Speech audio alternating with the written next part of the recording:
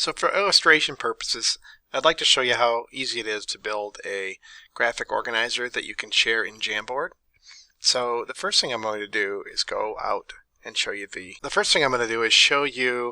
the model that I found. So I found this online. It's pretty straightforward. It's evaluating evidence. So looking at claims, looking at evidence that supports that claim. So I want to make one that looks like this. So if I go back into Jamboard, you'll see my tools are over here, and I can use shapes, so I'm going to choose shapes. And I had 4 boxes.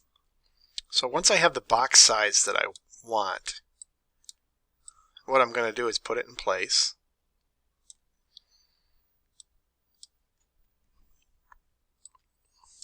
And then I'm going to duplicate it.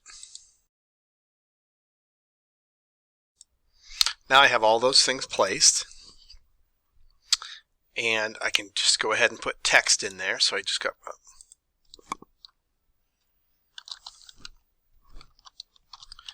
I can type that text in there, and you'll see up here I can change the color of that.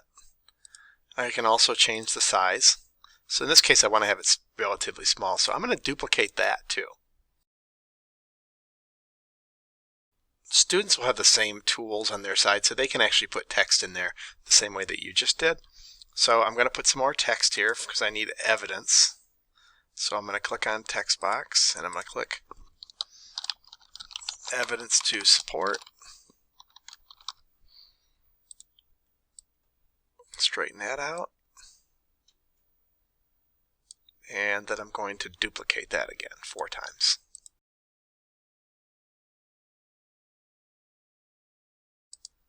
So I could go ahead and I could put images in here, or I could draw more, but I just want this simple page for kids to look at. Now, so what you can do is come up to this 3-dot menu, and you'll see there's a bunch of different choices. One, you can download this as a PDF if you wanted to print it and use it as a paper, but this is to save the frame as an image. And what that really does is it seals all this up as one picture for students. So when students work on it, they're working on a picture. So we would click on that. You won't really see any difference, but know that when a student's working on it, they aren't going to be moving around your text or changing it. So that you don't have to make 47 copies of this, what you can do is click up here into the expand frame bar, and you'll see that here's all the different slides you have. And if you tap here, you can hit duplicate, and you can just duplicate multiple times.